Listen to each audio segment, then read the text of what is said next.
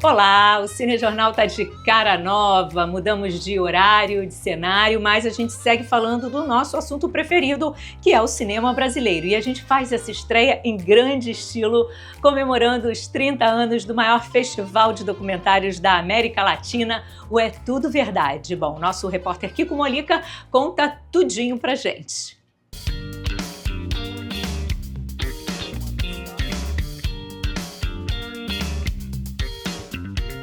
O É Tudo Verdade, Festival Internacional de Documentários, chega à sua 30ª edição. Criado aqui em São Paulo em 1996, 2 anos antes do surgimento do Canal Brasil, o evento contou com a nossa presença em praticamente todas as suas edições. Testemunhamos as inúmeras transformações do cinema brasileiro se refletirem no festival. Da democratização dos meios de produção à efetivação das parcerias com os canais de TV e plataformas de streaming. Do crescimento da presença de mulheres e negros na direção dos filmes, à diversificação dos temas e abordagens. Enfim, desde 1999, acompanhamos bem de pertinho esta importante janela da produção audiovisual não ficcional. O documentário venceu.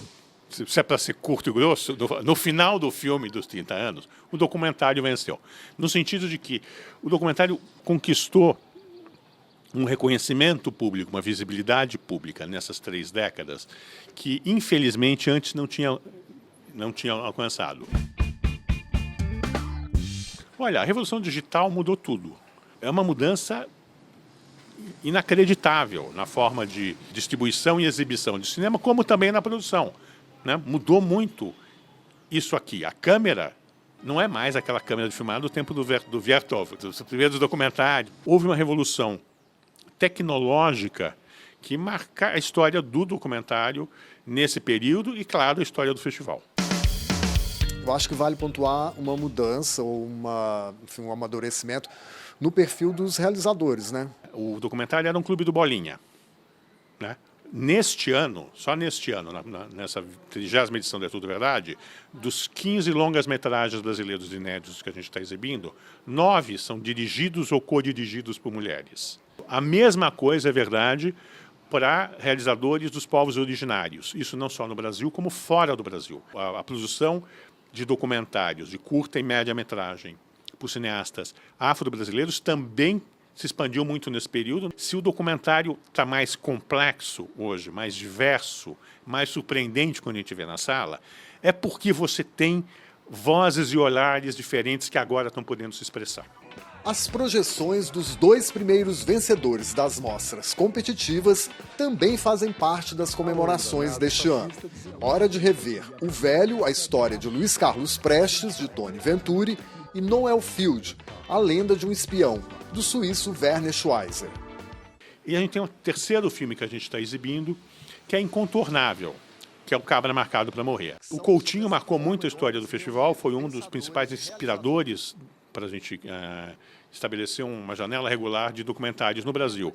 E a capa do catálogo e da arte, o cartaz desse ano, é uma homenagem tripla, né? Uma homenagem ao Eduardo Coutinho e ao Vladimir Carvalho, o Vladimir que está presente segurando a claquete, nas filmagens do Cabra Marcado, na primeira filmagem, em 1964, que foi cruelmente interrompida pela eclosão da ditadura militar, pelo golpe militar de 64. A imagem da miséria contrastada com a presença do imperialismo. Essa era uma tendência típica na cultura daqueles tempos. O Vladimir Carvalho ganha uma retrospectiva no festival esse ano, onde seus 9 longas vão ser exibidos.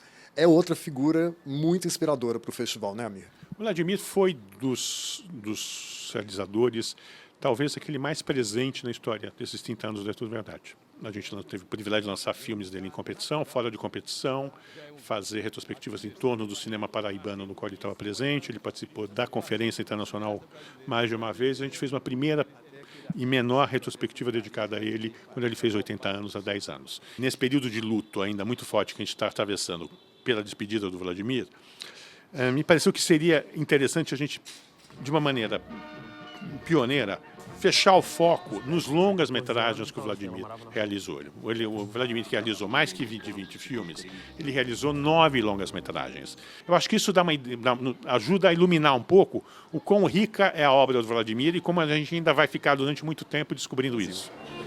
Pátria Celeste, pátria, isto é uma pátria. O É Tudo Verdade também faz parte da minha história. E esse ano eu me felicito porque eu fui incluído na seleção oficial. Isso para mim não tem nada mais honroso para mim, né?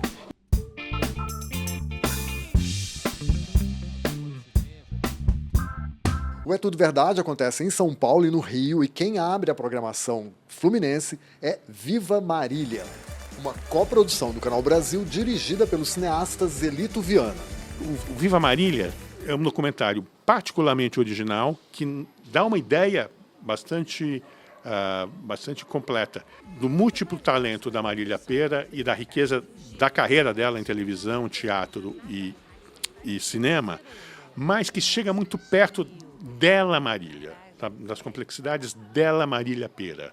E eu acho que não é muito simples você fazer isso com um documentário que é, sobretudo, um documentário de arquivo. Eu sou uma atriz. Sou uma atriz e acho importante ser uma atriz nesse mundo tão contraditório, tão louco e tão rico. Acho importante ser uma atriz porque a gente tem possibilidade de ser contraditória, louca e rica. Pelo menos em cima de um palco. Segundo Caetano Veloso, Rita Lee é a mais completa tradução da cidade de São Paulo. O É Tudo Verdade acerta em cheio ao escolher um belíssimo documentário sobre a cantora para abrir a programação do festival aqui na capital paulista. Eu acho que a gente pode dizer que a própria Rita Lee narra a sua história nesse filme. Me fala dessa opção de dar a ela o comando aí do roteiro.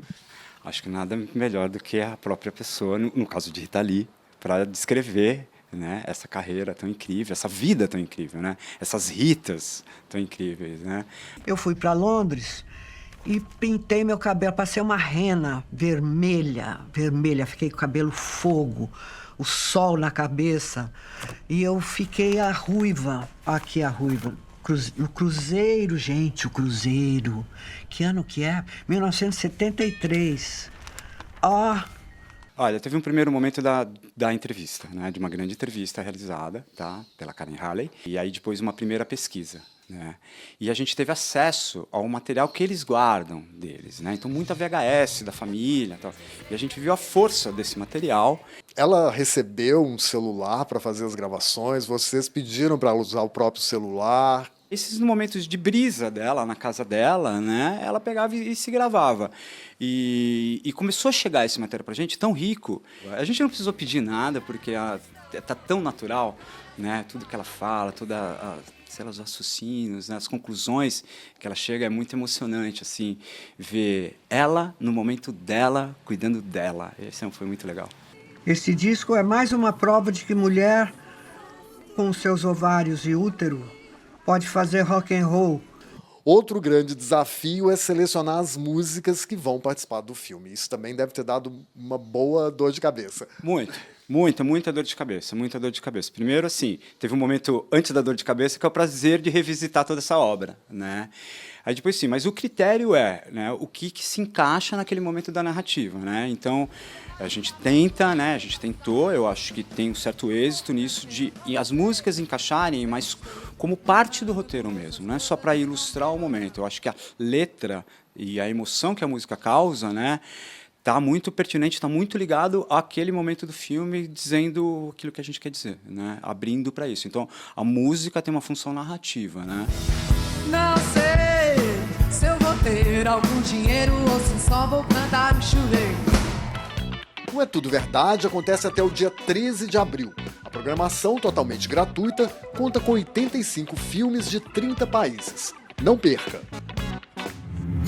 E além do É Tudo Verdade, tem muita coisa boa rolando, hein? E para ajudar vocês a não perderem nadinha, eu vou contar o que vem por aí nos próximos dias. E ainda falando dos festivais, já até o dia 9 de abril acontece em Salvador a 20ª edição do Panorama Coisa de Cinema, que exibe para o público mais de 110 filmes da Bahia, claro, e também de diferentes partes do Brasil e do mundo.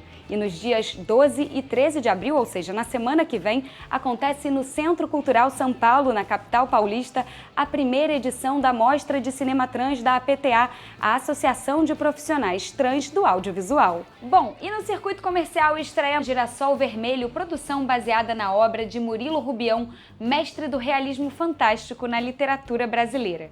Na trama, a trajetória de Romeu, um homem que percebe que perdeu o seu maior valor, a liberdade. E no papel principal, o maravilhoso Chico Dias. O protagonista que eu vivo, chamado de Romeu, ele percorre, ele foge, né, de alguma instância existencial. Filmamos numa fábrica abandonada, o que dá um dispositivo artístico para o filme. É um filme especial. Eu não podia deixar de fora as novidades do Canal Brasil, né? No dia 5 de abril, às 9 da noite, tem um longa-metragem estreando na nossa programação e, olha, dirigido por um dos nomes mais importantes da animação no Brasil, Marcelo Marão. Bizarros Peixes das Fossas Abissais tem dublagem de Rodrigo Santoro e Natália Lage e ganhou vários prêmios dentro e fora do país. A trama acompanha uma heroína cujo superpoder consiste em metamorfosear seus glúteos em um feroz e imenso gorila e que conta com a companhia de uma tartaruga com um transtorno obsessivo-compulsivo e de uma nuvem com incontinência pluviométrica em uma jornada até as profundezas do oceano. Não entendeu direito? É que tem coisa que só vendo mesmo e vendo aqui no Canal Brasil, né? No dia 12 de abril, às 9h30 da noite, tem exibição inédita da nossa premiadíssima coprodução Malu, dirigida por Pedro Freire. O filme conta a história da sua mãe, a atriz Malu Rocha, e explora a complexa relação entre 3 gerações de mulheres. Ela é uma atriz brasileira, uma atriz do teatro brasileiro, e isso fala muito pra mim. E aí, curtiram? Espero que sim e que aproveitem enquanto eu não volto com mais dicas. Fim do nosso programa, mas olha só, não esquece, o Cinejornal Inédito é sempre às segundas e quartas, às 7h30 da noite. E claro, você acompanha a gente também pelas redes sociais do Canal Brasil, é só você apontar a câmera para o QR Code, tá bom? Beijo para você e até mais!